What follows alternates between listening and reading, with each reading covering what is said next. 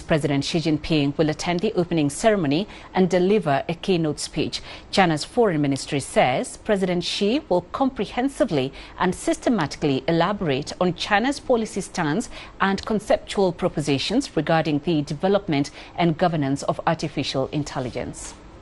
We look forward to taking this conference as an opportunity to build a platform for all parties to enhance mutual trust, pool consensus, and deepen cooperation, jointly promoting the healthy, safe, and orderly development of artificial intelligence, and making this conference a milestone in the history of AI development.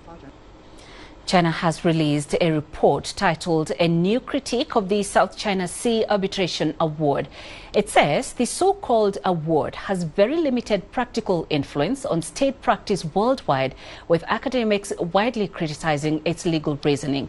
The report was unveiled at a roundtable dialogue on the South China Sea held in Hong Kong this morning. The core purpose is to unveil major flaws of the award in three aspects: legal interpretation and application, factual findings, and evidence assessment. The report also shows that China's position of rejecting all claims and acts based on the award is just and legitimate. This stance is taken to safeguard China's maritime rights and entitlements in the South China Sea, uphold regional peace and stability, and defend the international rule of law. Legal representatives and scholars from various countries and regions attended the event.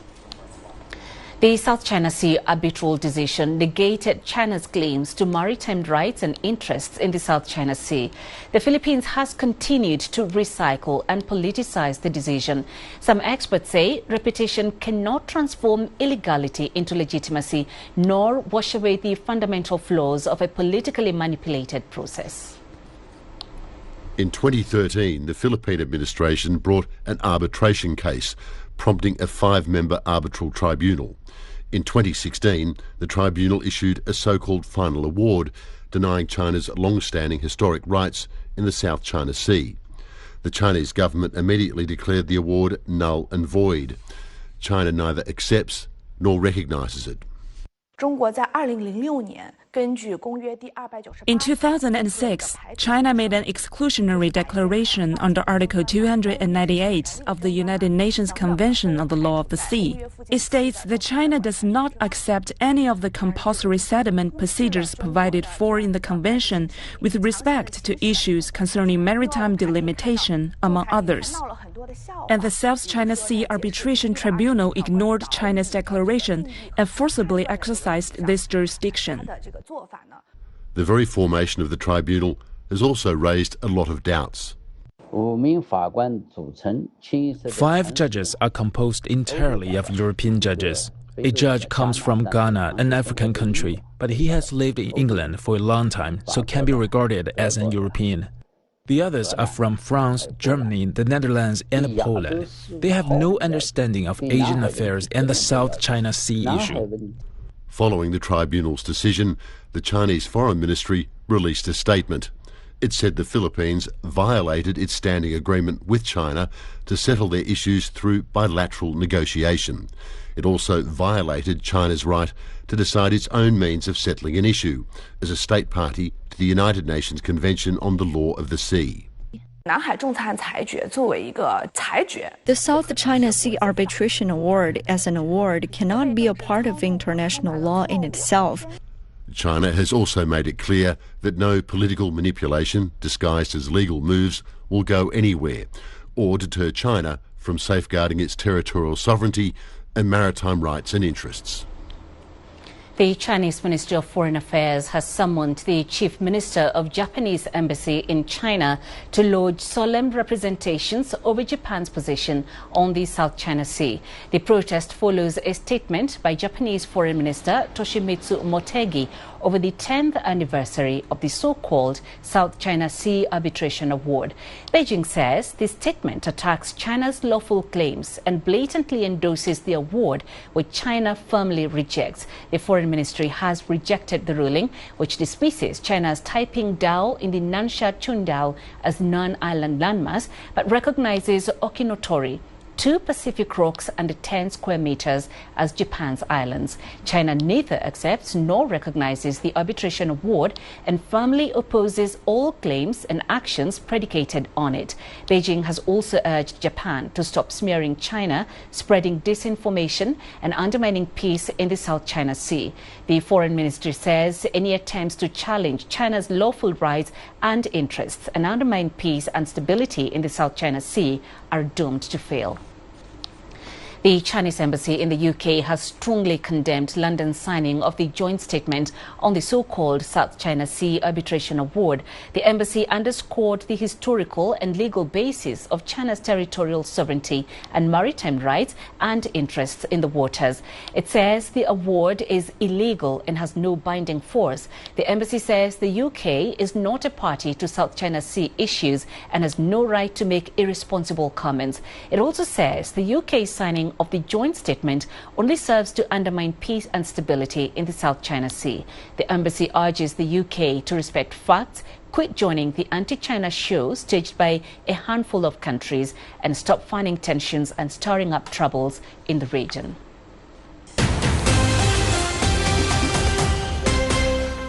An explosive fire at a popular pub in Thailand's capital Bangkok has killed at least 27 people. The deadly blaze late on Sunday injured 63 others, including 22 who are in critical condition. Our correspondent Chawarat Yongjiranon has more details from the scene of the fire. As for those that have passed away, we only have news that 6 people have been identified, and so we will have to see how the investigation continues on. There are a total of 32 people still missing. If you take a look at the amount of people that have been impacted, it's a total of 90 people. And the biggest challenge for the authorities right now is identifying the victims, because in such a devastating accident that we've seen here, you can pretty much imagine that all evidence of identification is very difficult to find, whether it is the fingerprints, which are burnt out. So the Bangkok governor has set up a center to get family members of victims to submit their DNA so that the victims can be identified as soon as possible. As for the investigation itself, eyewitnesses say that there was an electrical circuit breaker that was apparently out of order near the stage where live music was being played. And then afterwards, a power outage occurred, and then an explosion followed by thick smoke. And what had occurred is basically the flames were, and the smoke was going towards the front of the entertainment venue. And so a lot of the people caught in the fire were forced to go towards the back, where apparently there were supposed to be 2 exits, but some people mistaken the toilet for the exit. Some people were, as you can imagine, in the middle of the night already intoxicated and confused, so they could not navigate themselves outside, so they went unconscious and unfortunately died. We still have to see how the investigation will continue on as the day follows, especially when it comes to safety measures. There are certain zones for entertainment, but this one was out of the entertainment zone area, and also it's at the middle of Bangkok. So there is going to be a lot of calls for some sort of standardization and some sort of regulation that will keep this from happening again. As for the sentiment of the public, they're shocked. A lot of people are sad. Victims' families are already here at the scene, and still they're very much hopeful that they might find their family members, but we still don't know. The United States has launched a new round of strikes against Iran. Washington says the attacks are aimed at degrading Tehran's ability to fire on commercial ships transiting the Strait of Hormuz. U.S. and Iranian forces exchanged heavy missile and drone attacks over the weekend, with Tehran targeting U.S. military facilities across the Gulf. Meanwhile, Iran's Islamic Revolutionary Guard Corps says it has targeted U.S. military bases in Jordan, Qatar and Oman in retaliation for U.S. attacks in southern Iran. Tehran says there have been missile attacks and explosions around the port cities of Sirik and Bandar Abbas, but it denies claims that Bushehr nuclear power plant has been damaged in strikes. Iran's foreign ministry has condemned the U.S. attacks over the weekend, calling them a violation of the UN Charter as well well as the Memorandum of Understanding signed by the two countries in June. The ministry also says no result was reached during talks between Iran and Oman on managing transit in the Strait of Hormuz due to U.S. pressure on Oman. A Palestinian family in Gaza has been reunited with a son they thought had been killed by Israeli forces nearly 3 years ago. His story has revived hope for some families while reminding thousands of others that they are still waiting for answers about missing loved ones. Peninah Al-Yazji reports from Gaza. For years, Hamad al-Banna's family believed he had been killed during the war. And instead, the now 20-year-old from the northern town of Jabalia was being held in Israeli detention. Al-Banna's return came as a complete surprise. Even a phone call through the Red Cross failed to convince his father that he was still alive. I spoke to my father and I told him, I am your son Hamada. He didn't believe me. He said, my son is dead, and hung up the phone. Even now, neither my family nor I can believe what happened. We are all in shock. This room was prepared for my wedding, and the date had already been set. Now my future has fallen apart. As you can see, everything is in ruins. Moments later, the family was reunited, ending years of grief and uncertainty with an emotional homecoming. My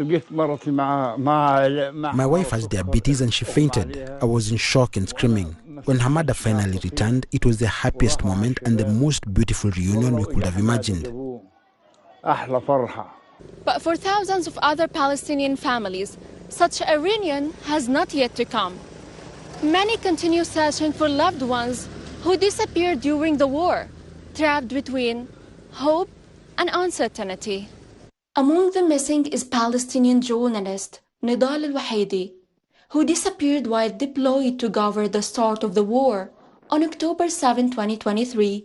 More than 1,000 days later, his family still has no answers about his fate.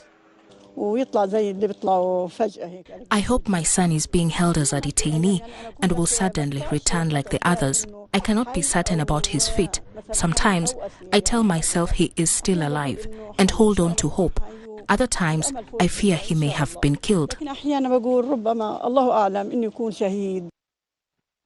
Palestinian human rights groups say around 1,500 Palestinians from Gaza are classified as victims of enforced disappearance by Israeli forces, leaving thousands of relatives searching for answers.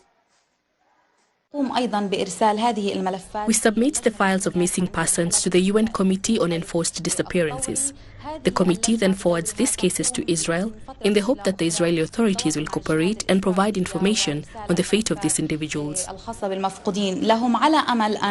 Missing Palestinians remain one of the war's unanswered tragedies, with thousands still unaccounted for and their fates unknown. Peninah Al-Yazji, CGTN, Gaza. And that's it for this edition of The World Today. I'll be back shortly with more news from across the continent and Africa Live. I'll see you in a bit. Thanks for watching.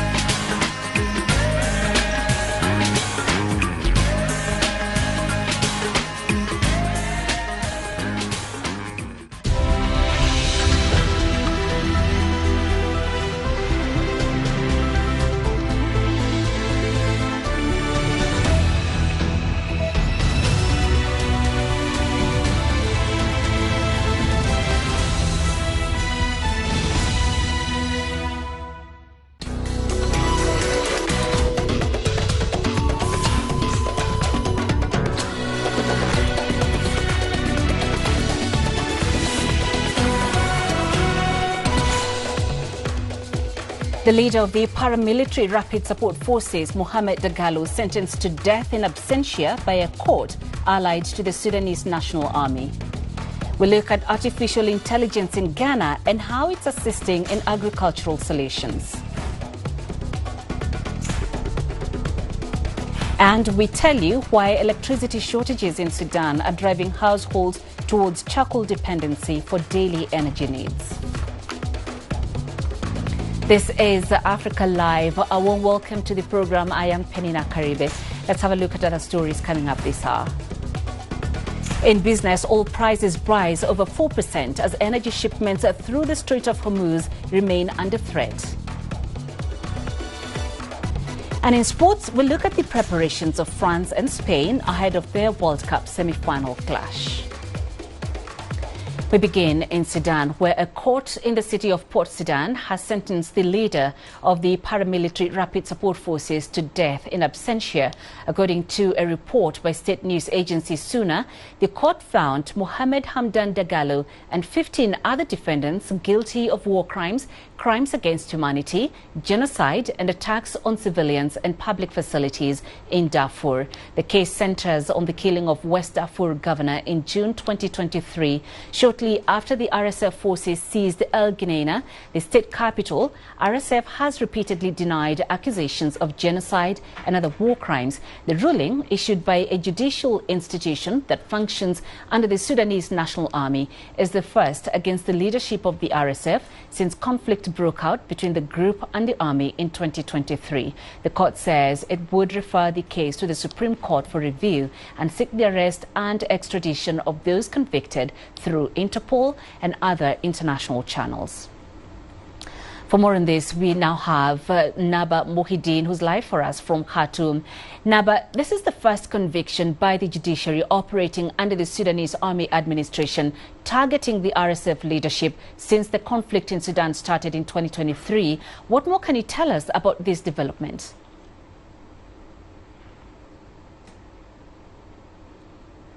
Actually, this is a landmark. It's a legal development, a progress for the first time since the war began. The RSF leadership, including Mohamed Hamdan Dagalo and other 15 of other RSF leadership, are convicted to such sentences. So it represents a development and a progress in the judgment against RSF crimes. They were convicted with crimes against humanity, war crimes, and attacks on civilians in the background of the killing of Khamis Bakr, the governor of West Darfur. So this is a development, and for the first time since the war began, and people are optimistic that even if they can't, they will not be arrested immediately, but it's a legal landmark which will open more steps and doors towards justice, of course, and accountability. Yeah, now, but let's talk a little bit more about that, the significance of Mohamed Dagalo's conviction. Talk to us more about that. Of course, alongside these 15 others. And is any arrest possible through Interpol and other international mechanisms?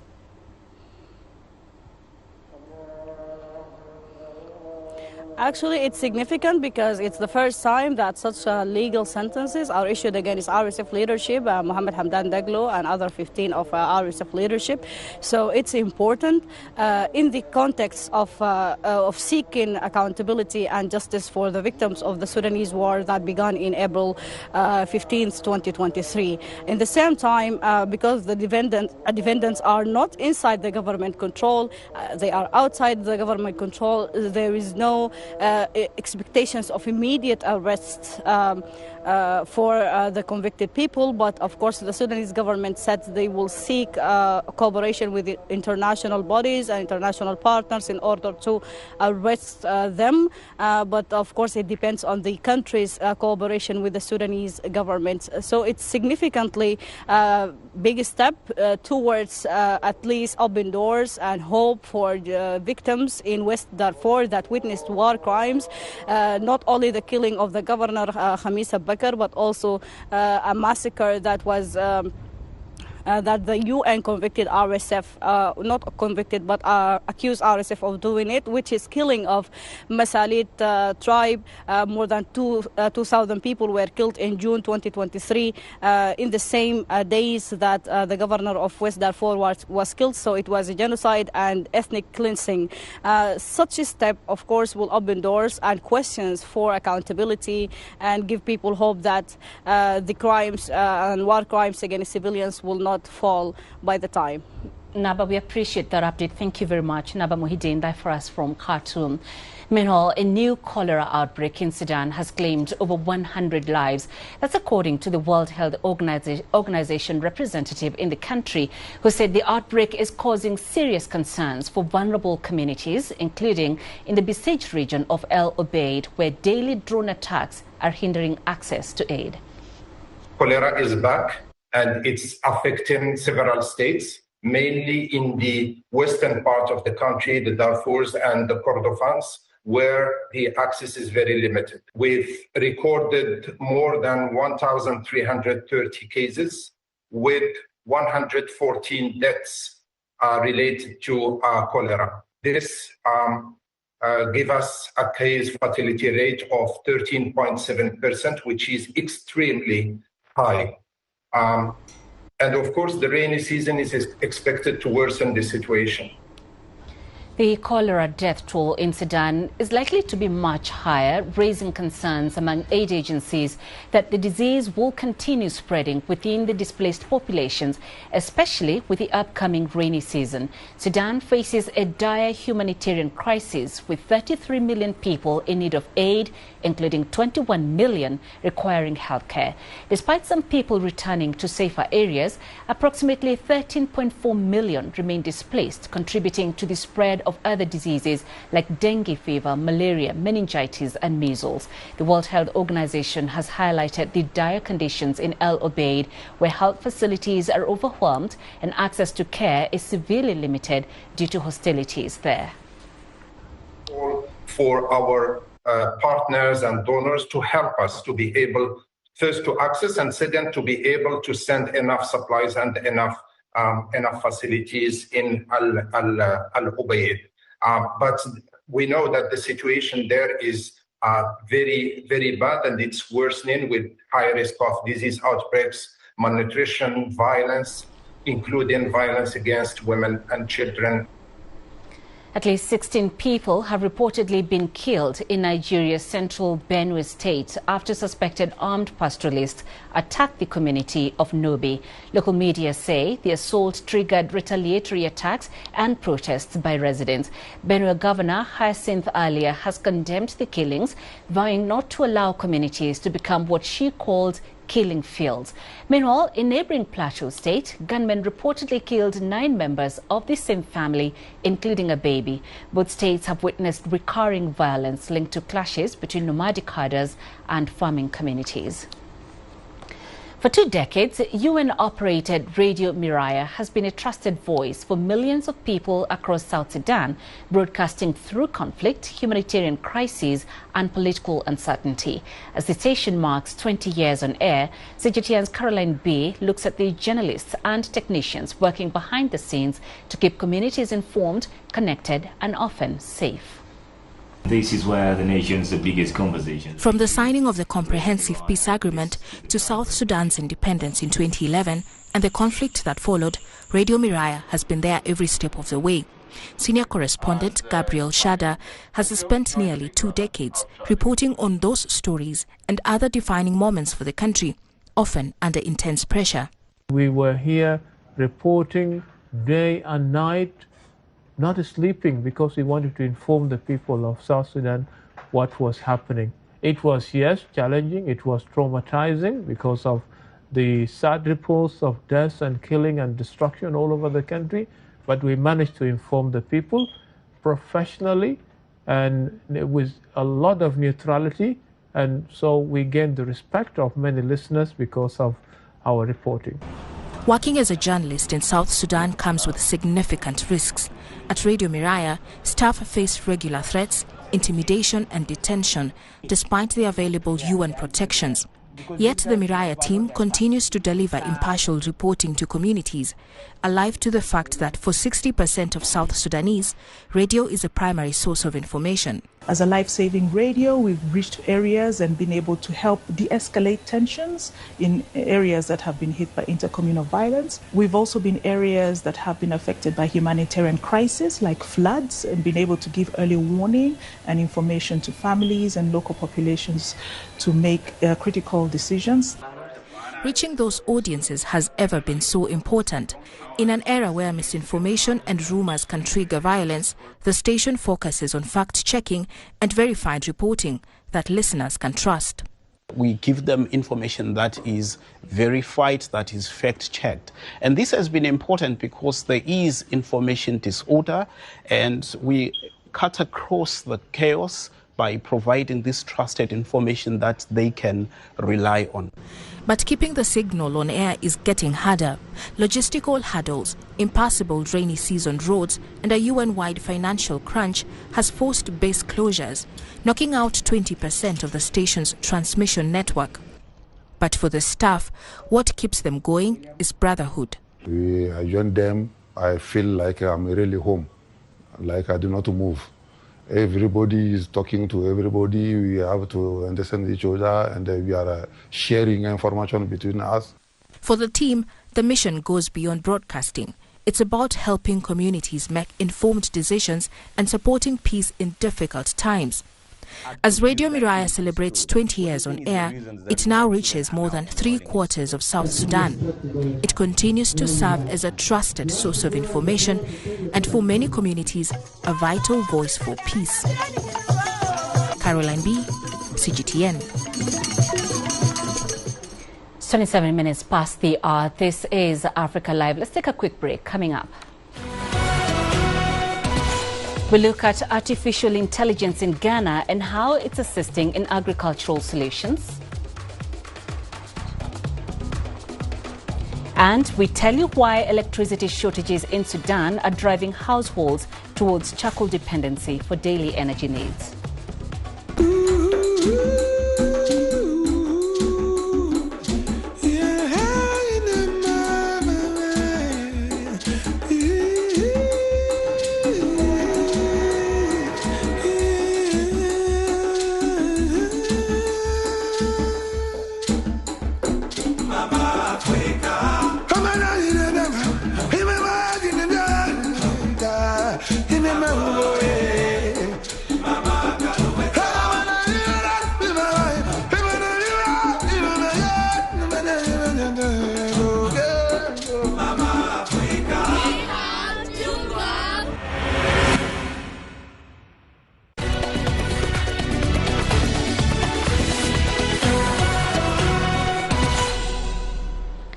Beginning this week, CGTN Africa is launching the AI in Focus special series, where we'll explore the application of artificial intelligence and real-world practices across Africa. The series will also examine the opportunities and challenges that these emerging technologies present for global governance.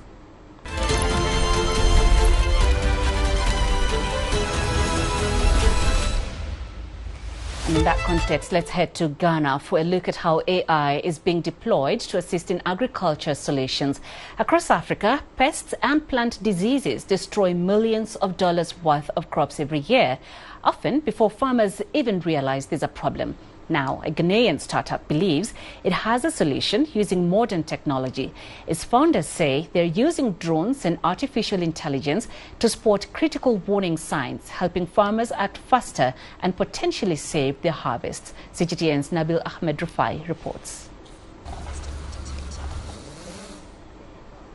This drone scans rows of cashew trees, searching for signs of trouble invisible to the naked eye. Darlington Akogo and his team developed the AI-powered system 6 years ago after repeatedly hearing how farmers were losing crops to pests and diseases. With our Caragro AI system, we can pinpoint what's leaf from a leaf perspective, where the diseases and pests are starting. We can do that for you. So that could essentially give you 1 month's head start compared to traditional farmer who is just trying to manually go through their field and inspect. The drone captures thousands of high-resolution images across the farm. Those images are processed by an artificial intelligence system that identifies early signs of pests, disease, and crop stress, allowing farmers to treat only the affected areas before the damage spreads. Agricultural experts say technologies like artificial intelligence could transform farming by helping growers make faster and more informed decisions. But they caution that unless these tools become affordable and accessible, many smallholder farmers risk being left behind. Those that are generally scared of new technologies, those that are a bit skeptical of these technologies, there's a traditional mentality that, hey, maybe this might affect my crop negatively or something. They are the ones that might be left behind. According to the UN Food and Agriculture Organization, up to 40% of global crop production is lost each year to pests and plant diseases. For yam farmer Abdullahi Abubakar, those losses are all too familiar. He believes technologies like this could make a difference, but again, he's worried about affordability. My only concern now is about the costs involved in using the AI technology. Akoko says his company is training agricultural extension officers across Ghana to bring the technology closer to farming communities with the goal of making precision agriculture accessible beyond large commercial farms. If successful, innovations like this could help more farmers detect problems earlier, reduce crop losses, and strengthen food production in an ever-changing climate. Nabil Ahmed Rufai, CGTN, Accra, Ghana. Uganda is grappling with one of its worst dry spells in recent years, with prolonged drought destroying crops, threatening food supplies and pushing vulnerable communities closer to hunger.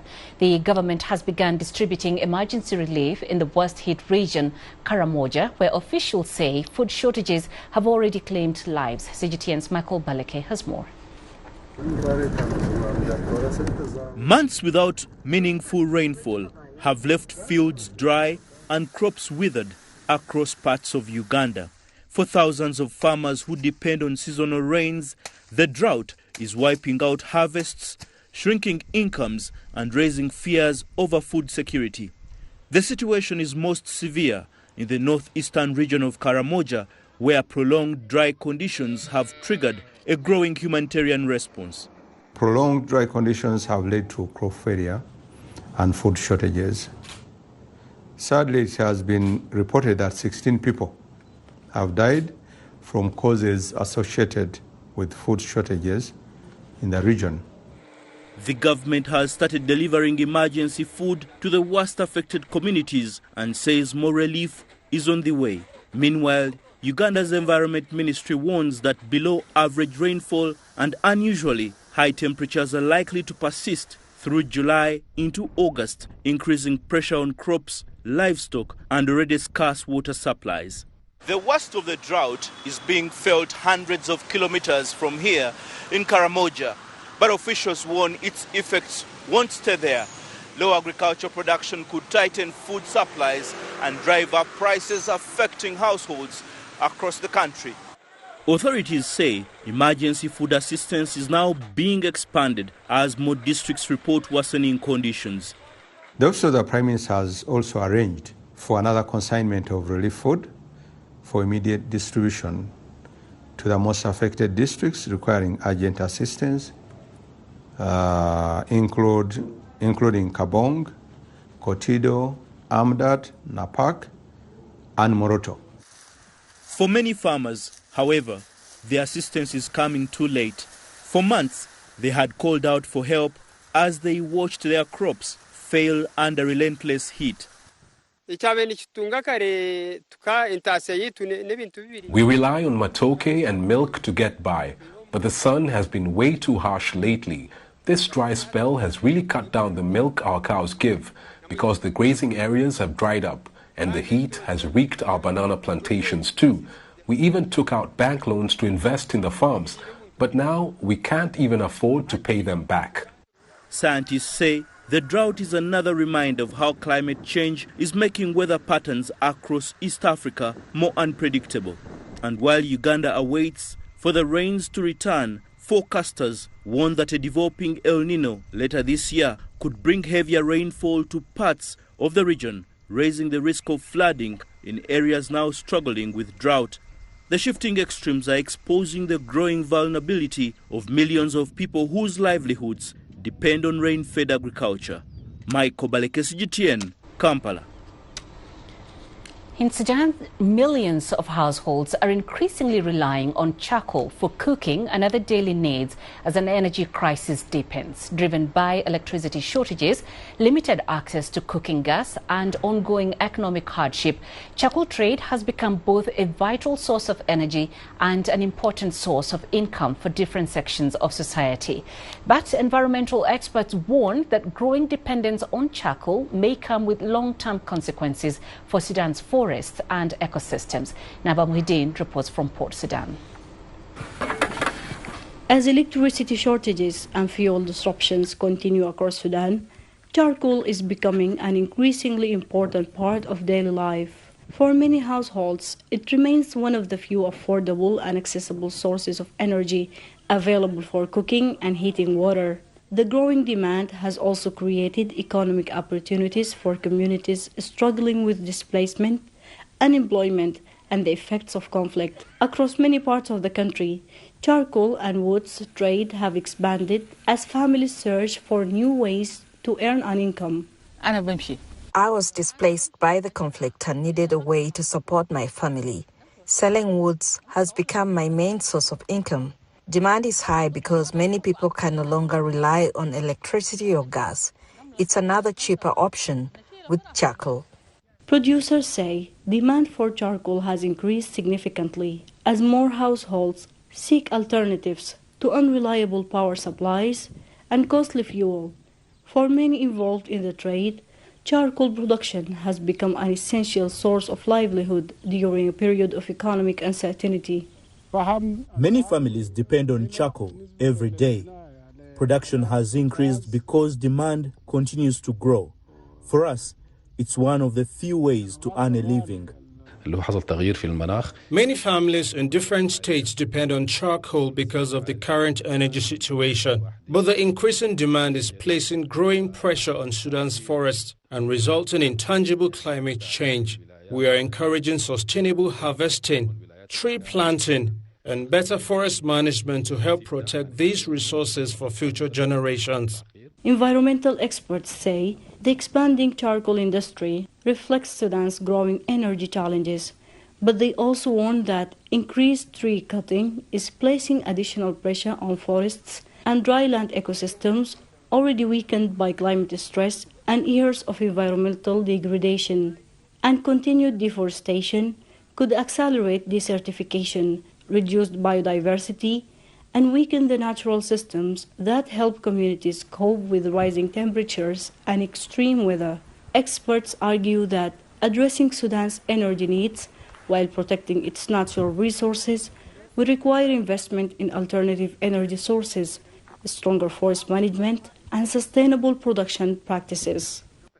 For many families, charcoal remains a critical source of both energy and income. But as demand continues to grow, concerns are mounting over whether the country's forests can sustain the pressure in the years ahead. Naba Muhyiddin, CGTN, Khartoum, Sudan. You're watching Africa Live. Coming up in business news. Oil prices rise over 4% as energy shipments through the Strait of Hormuz remain under threat. And the European Commission to present a proposal to limit children's access to social media platforms. You don't find the stories of North Africa by sitting on the sidelines. You've got to get out, go there, and you'll find them. In the bazaars of Casablanca. Among the crowds in Cairo. Who come to visit Cairo, the ancient capital of Egypt. along the waters of the Nile,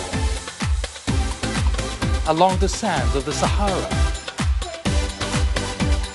No one else will take you where we can in North Africa.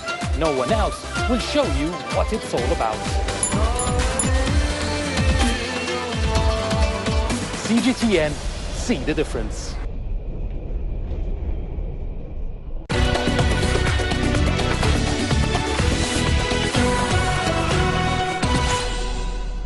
Oil prices have surged over 4% as energy shipments via the Strait of Hormuz remained under threat, with the U.S. and Iran announcing renewed military strikes. Brent crude futures climbed $79.11 per barrel, while the U.S. West Texas Intermediate crude rose $74.36 a barrel. U.S. forces completed another wave of strikes against Iran on Sunday, hitting dozens of targets at multiple locations with precision munitions. Iran's Revolutionary Guard said they attacked U.S. military bases in Kuwait and Bahrain. U.S. President Donald Trump said on Sunday that the Strait of Hormuz is open to commercial traffic, although Iran declared earlier that it closed the strait after a vessel traveled on an unapproved route and was struck. Some 20% of the world's oil and liquefied natural gas transited the strait before the war began at the end of February. The number of vessels transiting the Strait of Hormuz fell to multi-week lows, shipping data showed, as renewed strikes between the U.S. and Iran and attacks on ships in the Middle East heightened safety concerns. 6 vessels transited the strait on Sunday. Ship tracking data from Kepler showed the lowest number in 5 weeks. Tankers that exited the strait included the very large crude carrier Humanity, laden with 2 million barrels of Iranian oil, and another tanker, Captain Andreas, carrying about 500,000 barrels of Kuwaiti oil products, the data showed, while 3 empty tankers entered the Gulf to load oil. Most of the tankers switched off their transponders when crossing the strait. There were no liquefied natural gas tankers that entered the strait over the weekend that were visible on ship tracking data. One tanker controlled by the Abu Dhabi National Oil Company exited the strait between July 10th and July 12th. The European Commission is expected to present a proposal to limit children's access to social media platforms. The Commission President Ursula von der Leyen has expressed worry over the impact of social media on young users and is expected to unveil plans for EU-wide age restrictions on social media as soon as September. This is not about whether children can access social media. It is about whether and when social media can access our children. The question is no longer if children face risks online, but what can we do to give children a safer start online?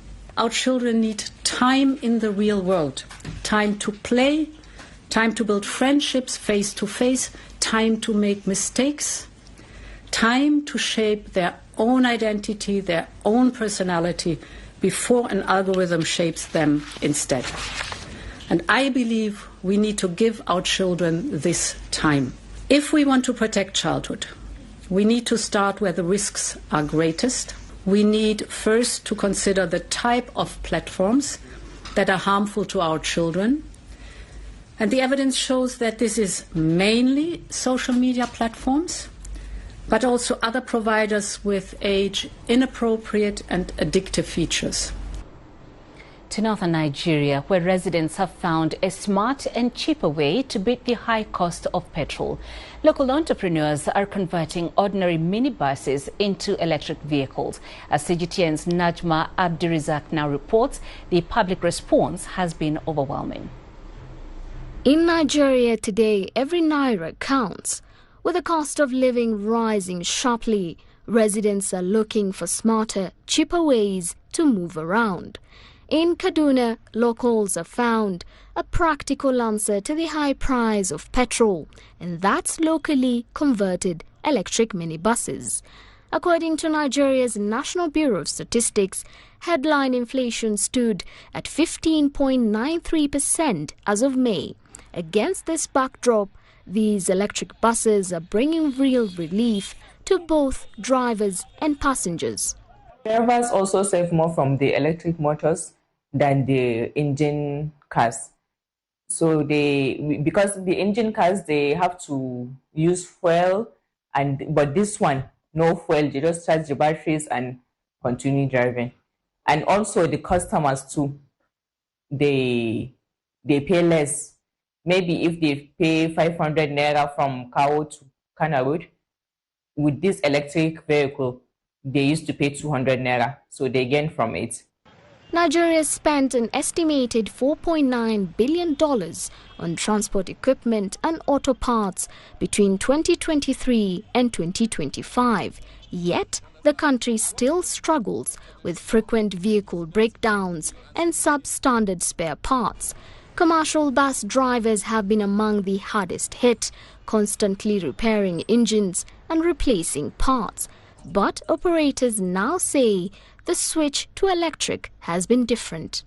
We have a lot of differences between petrol-powered cars and this one. Why I say so is because of mechanic issues. Number one, we regularly fix our car engines every 3 or 4 months, and we still go back again to fix the engines. We used to complain and ask mechanics why we must bring back our fuel-powered vehicles for repair regularly. The mechanics would always direct the blame to foreign manufacturers of the car spare parts. That was the kind of problem we faced. Sincerely, the solar-powered electric bus is better for me as a driver. I have experience driving both, and this one has no heat, no smoke, no unnecessary mechanic repairs or sudden breakdown and changing gears that require energy. You just drive and that's all. Beyond the cost of savings, the innovation is also eco-friendly. The buses run on electricity with solar panels helping to charge the batteries. This quiet, clean operation is winning over commuters.